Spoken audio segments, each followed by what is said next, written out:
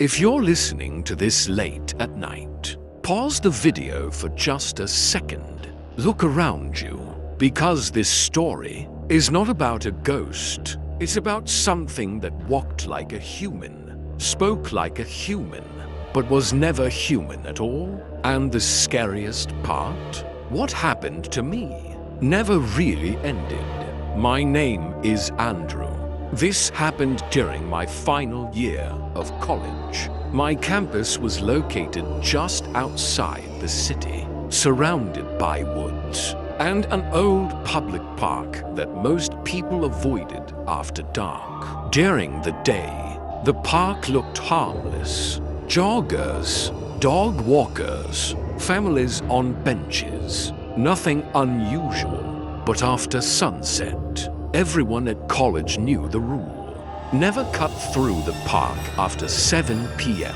People claimed they saw a man sitting on a bench, always alone, always still. Some said he would call out to you. Others said if you got close enough, he wouldn't walk away. He would slide. I laughed it off. I shouldn't have. One evening, my class ran late. By the time I left campus, it was already 7:40 p.m. The fastest way home was straight through the park. I remember thinking, it's just a park. People exaggerate everything. So I went in. The moment I crossed the gate, everything changed. The air turned cold, too cold. The insects stopped. No crickets, no wind. Even my footsteps sounded wrong, like the ground was absorbing the noise. I felt, watched. Someone was sitting there. A man, head down, hands resting on his knees, perfectly still. At first, I thought he was asleep, but then I realized his chest wasn't moving. He wasn't breathing. I tried to walk past him. That's when I heard it. Behind me. Can you wait a second? My blood turned cold. I turned around slowly. The bench was empty. He was tall, too tall. His feet hovered just inches above the ground. Not floating, not walking, just wrong. His face looked normal at first glance, but the longer I stared, the less human it became. Then he smiled and said, "You're new here." My mouth went dry. My hands started shaking. I forced out one word. "Yeah." He nodded slowly. That smile never faded. He leaned closer, so close I could smell damp earth and something old. Then he whispered, "Then you can hear it too." I swallowed hard. "Hear? What?" He raised one finger and pointed deep into the park, into the darkness. At first, I thought it was the wind, but then it became clearer, crying, soft, broken, but not human. The sound echoed, like it was coming from everywhere at once. My vision blurred, and the man behind me said, "It knows you're here now." That's when the crying stopped, and something in the darkness started moving toward us, slowly, dragging. I couldn't see it, but I could hear it. Something was being dragged across the ground, slow, deliberate, like it knew there was no reason to rush. My body froze. The man behind me didn't move, didn't blink, didn't breathe. He leaned closer and whispered, "Whatever you do, don't let it hear your name." That made no sense. Before I could ask anything, the crying started again, closer this time. Between the trees, something shifted. At first, it looked like a shadow. Then it stood up, and I realized it was shaped like a person. but it was bent unnaturally, its head tilted sideways, as if its neck had never healed right, and it was facing us, even though its eyes were somewhere else. My instincts finally kicked in. I turned and ran. I didn't care about the shortcut anymore. I didn't care about looking stupid. I just ran. But after 5 seconds, I noticed something terrifying. The man was running beside me, still smiling, but his feet never touched the ground. Behind us, the crying changed. It turned into words, broken, mispronounced, like something that learned language by listening from far away. Andrew, my name. I stopped instantly. Don't turn around. I didn't, but I could feel it. Right behind me. Breathing. Wet. Heavy. Too close. The man finally spoke again. This time, his voice wasn't calm. It mimics whoever notices it first. That's how it leaves the park. My heart dropped. What do you mean? Leaves? He answered. Someone has to replace it. That's when I understood. The man next to me wasn't a warning. He was a previous replacement. Someone who once made the same mistake. The crying stopped. The breathing stopped. Silence. Then the man said, "You still have a chance. Ow. Give it a name that isn't yours." I didn't know why. I didn't know how. I just shouted, "Mark." The darkness recoiled. The thing screamed, not in pain, but in anger. The park lights flickered on. The air returned. Crickets screamed back to life. And suddenly, I was alone. No man, no shadow, just me, standing near the exit gate. I never went back to that park. 2 weeks later, a missing person poster appeared on campus. A freshman, last seen near the park. His name, Mark, because last night I heard crying outside my apartment window, and someone whispered, "You said my name." I stood frozen in my apartment. The crying outside my window was soft, patient, like it knew I'd eventually respond. I didn't look outside. I already knew. If I did, it would look back. After that night, strange things started happening. My reflection lagged in mirrors. My phone would unlock by itself and open the voice recorder. Every file contained the same sound. Breathing. Slow. Learning. I stopped sleeping. I started digging. Old city records. Archived news. Missing persons reports. Every 10 to 12 years, someone vanished near that park. Always the same pattern. Witnessed crying. Heard their name spoken. Survived. Briefly. The survivors. They all disappeared later. Not immediately, but eventually. The park wasn't haunted. It was a boundary, a place where something unfinished tried to become complete. It couldn't leave on its own. It needed a listener, a name, a replacement. By giving it a name, I didn't trap it. I invited it. Names aren't labels. They're permissions. 3 nights ago, I woke up to someone sitting on my bed.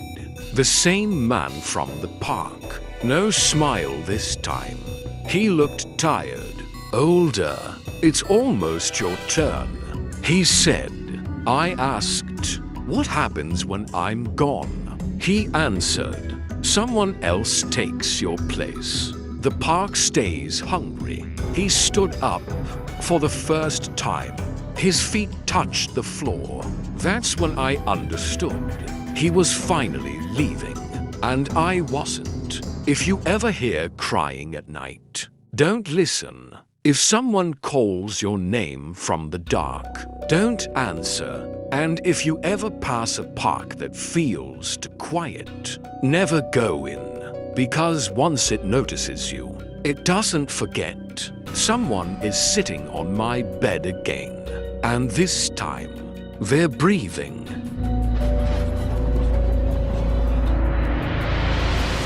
If you're listening to this at night, don't pause the video, just listen. Because this story is not about a monster, it's about a place that doesn't chase you, doesn't touch you, it just counts. And once you're counted, you don't get a second chance. My name is Ryan. I'm telling this now because what happened to me still hasn't stopped. This took place in the United States, in a quiet mid-sized town where nothing bad ever officially happens. The kind of town with jogging trails, coffee shops, and a public park everyone loves. The park was called Riverside Park. During the day, it was beautiful. People walked their dogs. Kids played near the river. Couples sat on wooden benches. Nothing strange, but after sunset, the park emptied. Not slowly, instantly. By 7 p.m., it felt abandoned, and locals never explained why. They just said, "Don't go through there at night." When I first moved there, my landlord mentioned it casually. "If you're out late, take the long way home." I laughed and asked, "Is it dangerous?" He didn't laugh back. He just said, "People don't get attacked there. They just don't come back." Then he changed the subject. One Friday evening, I left work late, 8:17 p.m. My Uber cancelled. The next one was 20 minutes away. Riverside Park was the fastest shortcut home. I told myself, it's America, it's a park. So I went in. The moment I passed the gate, everything felt wrong. The air turned heavy, not cold, heavy. The sound of the river faded out. The streetlights behind me disappeared. It felt like stepping into a room where something had just stopped talking. Halfway down the trail, I saw a bench. Someone was sitting on it. A man, gray hoodie, hands in his pockets, head lowered, completely still. At first, I thought he was homeless. Then he looked up, and his eyes caught the light in a way that made my stomach tighten. As I walked past him, he spoke. "You're late." I stopped. "Sorry." He didn't look at me. He just said, "Tonight's count wasn't finished yet." My heart started pounding. "What count?" Slowly, he smiled. I kept walking. I didn't want trouble. That's when I heard footsteps behind me. Not fast, not slow, perfectly matched to mine. When I stopped, they stopped. When I turned around, the man was still sitting on the bench, smiling. His lips were moving, but he wasn't speaking out loud. Then I heard it, right next to my ear. 7, 8, 9. He was counting. I whispered, "What are you counting?" This time, he stood up, and when he did, I noticed something impossible. His shadow was still sitting on the bench. He looked at me and said, "The ones who don't leave." From deeper inside the park, I heard footsteps. Not one pair, many, slow, uncoordinated, dragging. The man tilted his head, listening. Then he said calmly, "Good, we were missing one." The lights along the trail shut off one by one. The footsteps got closer, and the man turned to me and said, "Don't run. It throws off the count." Every instinct in my body screamed to move, but something about his voice, calm, certain, kept me frozen. The footsteps in the distance grew louder, not rushed, not careless, purposeful, like they knew exactly where I was standing.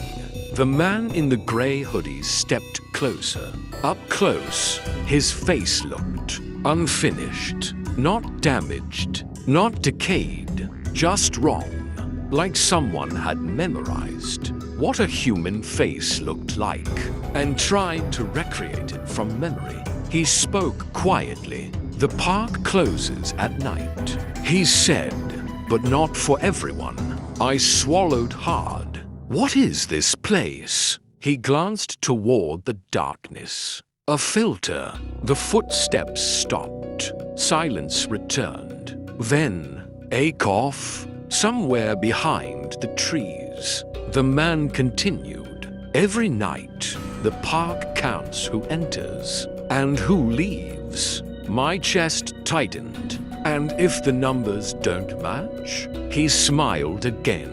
This time, it didn't reach his eyes. Then someone stays. Movement appeared between the trees. Shapes, human-sized, human-shaped, but the way they walked, uneven, delayed, like their joints were learning in real time. They didn't look at me. They looked at him, waiting. I whispered, "Who are you?" He hesitated, just for a second. I was late. Once. That's when it clicked. He wasn't in charge. He was left behind. He pointed to the trail behind me. "If you reach the exit before the count finishes, you go home." My heart jumped. "And if I don't?" He didn't answer. He just added, "There's one rule." "What rule?" He leaned in and said, "Don't acknowledge them. Don't respond. And whatever you hear, don't answer to your name." As if on cue, a voice echoed through the trees. My voice, perfectly copied. "Ryan." I felt my knees weaken. Another voice joined in. Then another, all of them calling my name, from different directions, different tones, different distances. The man stepped back, start walking. He said, "Not running." I moved, slowly. Every step felt wrong. The shadows beside the trail started moving too, keeping pace. I was almost at the exit gate when one voice changed. It sounded scared, like someone pretending badly. "Ryan, please." I turned my head, just a little, and one of the figures turned with me. Its face wasn't finished yet. The lights at the exit flickered. The counting resumed. 9, 10, and the man behind me whispered, "If it reaches 11, you're part of the park." The exit gate was right in front of me, less than 20 feet away. The lights above it flickered. On, off, on. Behind me, the footsteps stopped. Complete silence. The man in the gray hoodie whispered, "Whatever happens next, don't look back." A pause. Then, L. The word cut off. Something screamed. Not loud, not sharp, more like frustration, like a machine that didn't get the result it wanted. The gate lights snapped on, solid, bright. I ran. I didn't care about the rules anymore. I crossed the gate, and the air changed instantly. The heaviness lifted. The night sounds returned. Cars whined. Distant traffic. I didn't stop running. until I reached my apartment. The next morning, Riverside Park looked normal. Joggers, dog walkers, kids near the river. No gray hoodie, no unfinished faces. I told myself it was shock, stress, my imagination. I moved out 2 weeks later, left town completely. Months passed. Then one night, I searched the town online. Old forums, archived news, local police bulletins. I found a thread, dated 12 years earlier. Riverside Park curfew incident. One comment stood out. They said the numbers didn't match. Someone had to stay behind to balance it. Attached was a blurry photo.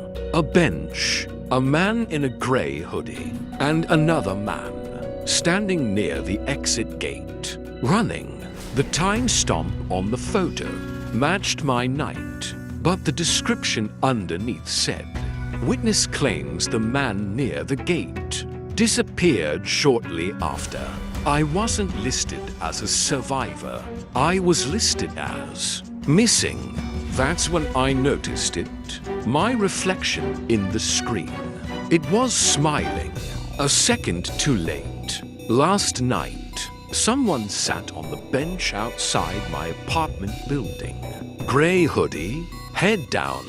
When I passed him, he didn't look up. He just said, "You're early." I felt my mouth move. Words came out that I didn't choose. Tonight's count isn't finished yet. If you ever walk through a park at night and someone tells you not to run, listen, because the park doesn't hunt, it balances, and someone is always needed to do the counting.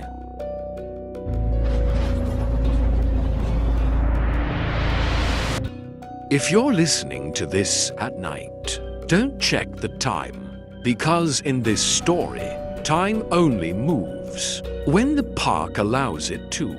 This isn't a ghost story. This is about a place where night never ends, and once you're trapped inside that night, whether you leave or not is no longer your decision. My name is Arjun. I'm telling this story now because even today, sleep doesn't come easily to me. This happened in the United States, in a quiet suburban town where nothing bad ever seems to happen. I was there for 6 months, working on an IT project. Not far from my apartment was a large public park. It was called Oakwood Park. During the day, the park looked perfect. Jogging trails, a playground, dog walkers, families everywhere. Nothing unusual. But there was one strange thing. After 6:30 p.m., the park emptied. No kids, no couples, no joggers. No one stayed. One evening, in the elevator, a neighbor asked me casually, "You're new here, right?" I nodded. She said, "Don't go into Oakwood Park at night." I laughed. "Is it dangerous?" Her expression changed instantly. "It's not unsafe," she said quietly. "Time doesn't work right in there." It was a Sunday evening. I was walking back from the grocery store. The time was 7:12 p.m. The normal route home was long. Cutting through the park would save at least 10 minutes. I told myself, it's probably just a local rumor, and I stepped through the park gate. For the first minute, everything felt normal. Then, the wind stopped. The leaves went silent. The distant traffic noise disappeared. It felt like someone had pressed pause on the world. I checked my watch. 7:13 p.m. Along the trail was an old iron bench. Across from it stood an analog clock. The park lights were still on, but the clock wasn't moving. The hands were frozen. At 7:13, a man was sitting there, brown jacket, hands resting on his knees, sitting perfectly straight. He looked like he hadn't moved in a very long time. As I walked past, he spoke. "Time stopped for you here." I froze. "Excuse me." He looked at me. His eyes were calm, empty. "You entered the gate at 7:13. He said, "You leave when the night ends." I forced a laugh. "Is this some kind of joke?" He slowly shook his head. "Jokes only happen here. In the morning, I checked my watch again. Still 7:13 p.m. I pulled out my phone. Full battery, signal bars, everything normal. Except the time, 7:13 p.m. That's when I realized I wasn't alone. Between the trees, I heard movement, footsteps, slow, unsteady, like people who had forgotten how to walk properly. The man stood up. For the first time, he smiled. "Don't worry," he said. "Every night, someone gets stuck here for the first time." And in that moment, the park gate behind me closed by itself. I rushed to the gate, pulled it, shook it. Nothing. The metal was cold, too cold.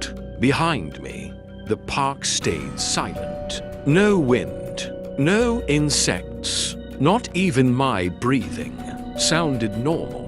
The man stepped off the bench. Up close, he didn't look old. He looked worn, like someone who had waited far too long. "Don't fight it," he said. "That only makes the night longer." I asked him, "How long does this last?" He glanced at the frozen clock.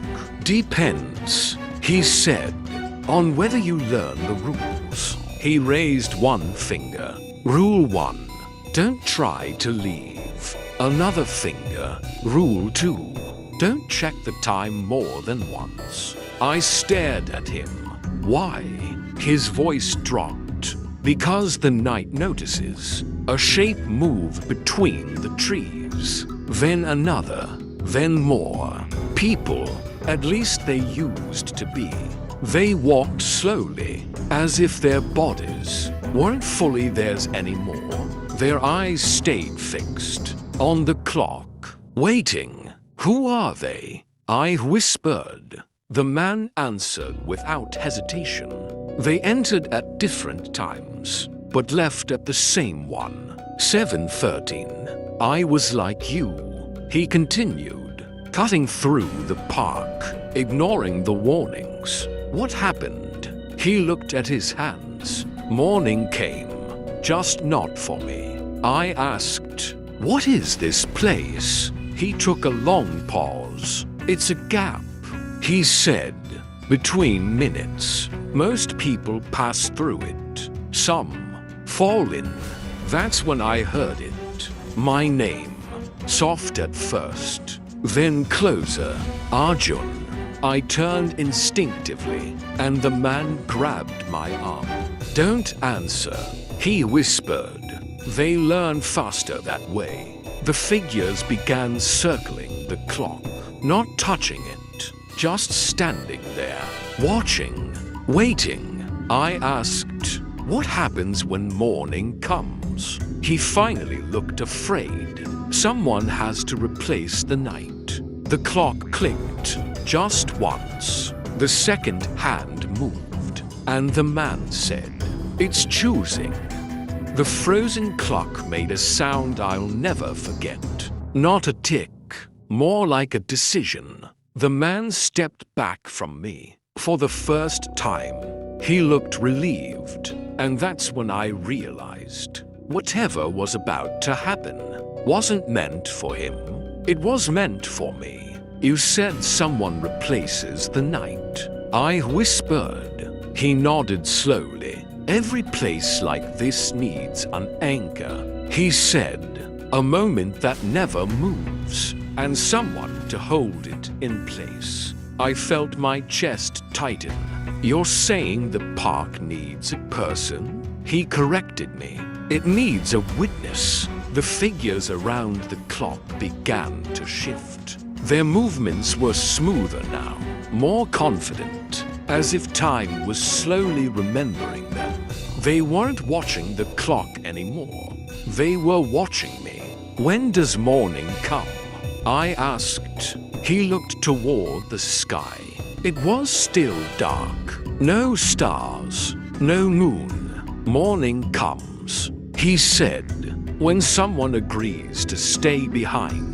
He told me Oakwood Park wasn't always like this. Years ago, there had been an accident, a late-night construction crew, a collapsed sinkhole, a man buried alive. Just before dawn, the city covered it up, paved over it, built a park on top of it. Time broke that night, he said, and it never healed. The clock clicked again. 7:13, 7:13, 7:13. The man looked at me. If you stay, he said, the others will leave. I shook my head.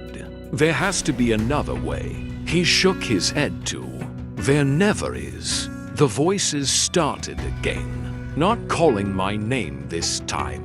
Begging, crying, apologizing. I saw their faces clearly now. Men, women, teenagers, all of them once thought, it's just a park. I took a step toward the clock. The air grew warmer.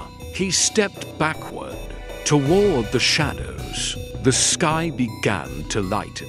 Slowly, the figures faded, one by one. The man smiled at me, not kindly, not cruelly, just grateful. You'll get used to it, he said, eventually, and then he was gone. The park filled with sound. Birds whined, distant traffic. The clock hands started moving again. 7:14, 7:15. The gate opened. People began walking in. Joggers, dog walkers. No one noticed me. No one looked at me. I tried to scream. Nothing came out. I was sitting on the bench. My hands rested on my knees, perfectly still. A man walked past me. He slowed down, looked confused. I wanted to warn him. I wanted to stand, but my mouth moved on its own, and I heard myself say, "You're late." The clock behind him read 7:13 p.m., and the night started again.